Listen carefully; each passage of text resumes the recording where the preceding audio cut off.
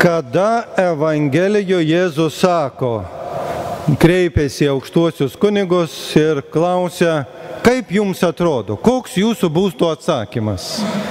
Reiškia, kad jis klausė kiekvieno iš mūsų. Ko jis šiandien klausė? Jeigu jūs įsiklausėte į Evangeliją, ko jis klausė ir ko jis klausė mūsų?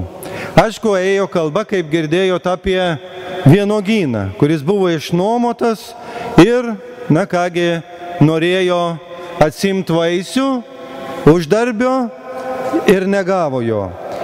Kad mes suprastume šitą palyginimą, reikėtų jį truputėlį supaprastinti.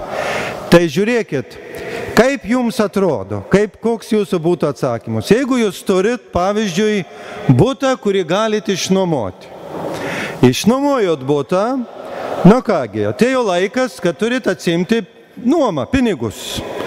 Siunčiat savo pažįstamą giminaitį ar panašiai pas tą nuomininką, nu kad gautumėt pinigus, nuomą gautumėt. Ir vietoj to, kad gaut nuomą, šitie nuomininkai primuša jūsų žmogų. Nu jūs pagaut, nu čia kažkas ne taip, ne? Kažkas nesusiprato, nesuprato turbūt jie, kas čia tokie yra, tai gerai sakysit, siunčiu savo sūnų, savo vaiką, kad paimtų tuos pinigus. Nusiunčiat savo vaiką, o jūsų vaiką ne tik tai, kad primuša, bet ir nužudo. Ką darot su tokiais nuomininkais? Ką darot? Koks jūsų būtų veiksmas? Nu, neatsakot, aišku, bet jūs jau turite savo atsakymą savyje, ką darot, jeigu taip iš tikrųjų nutiktų. Nu, aišku, kad jūs ieškotumėt visais būdais teisingumo, kas be ko. Kiekvienas iš mūsų tą darytume. Teisingumo. Taip negalima daryti, sakytumėt. Tai aišku, ne, toks palyginimas yra. Taip skambėjo, tik tai kitokiais žodžiais, aišku, kada Jėzus kreipėsi, minėjau, į minią.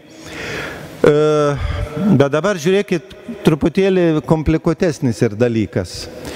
Tai Dievas yra tas, kuris išnuomoja mums gyvenimą ir aplinką, kur gyvent. Dievas. O mes esam nuomininkai. Mes esam nuomininkai. Ir kada mes atmetam Dievą, kada jis ateina pasiimti iš mūsų vaisių, užmokesčio, mūsų indėlio, mūsų dalies, mes jį išvarom. Arba netgi užmušam. Nėra Dievo. Atstumėm. Galbūt mes taip nepasielgiam, nes esam čia. Bet iš tikrųjų žinom nemažai žmonių, kurie taip pasielgia.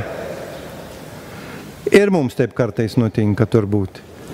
Kas bus už tai mums? Jeigu mes taip pasielgiam, kada Dievą išvarom, jūs nenorit lankyti bažnyčios sekmadieniais, nenorit melstis, nenorit gyventi pagal krikščioniškasias tiesas ir visa kita. Kas mums bus už tai, kad mes Dievą atstumėm? Atsakymas šiandien yra duotas Evangelijoje. Kaip mes pasielgtume Dievo vietoje, mes žinome. Bet Dievas nepasielgia taip, kaip mes. Jis sako, ar jūs negirdėjot, ar neskaitėt, kad šventajame rašte yra parašyta taip. Sako, akmuo, kurį statytojai atmetė, tapo kertiniu akmeniu. Taigi, kada mes pamatus liejam ir akmenis dedam tenais, ir yra akmuo toks, neįtelpa į tuos pamatus ir jį statytojai atmeta kaip nereikalinga, bet jis kaip tik yra skirtas kampui laikyti, nes jis yra didesnis. Ir jeigu to kampo, nebus tvirtas namo kampas, namas sugrūs. Kas su statyba susiję, jūs žinot. Nebus pamato, nebus atramos, nebus tvirto akmens. Ką nori pasakyti tokiu irgi palyginimu Dievas? Sako, jūs atmetat mane, Dievas sako, atmetat jūs, bet aš esu kertinis akmuo. Aš esu pagrindinis jūsų gyvenime. Jūs atmetat, jūsų rūmas, jūsų namas negali stovėti tvirtas, nes jūs mane atmetėt. Bet aš esu kertinis akmuo. Ir be abejonės tai mes sužinosim anksčiau ar vėliau labai aiškiai. Tai vienas yra toks pasakymas, kas mums bus, jeigu mes Dievą atmetam.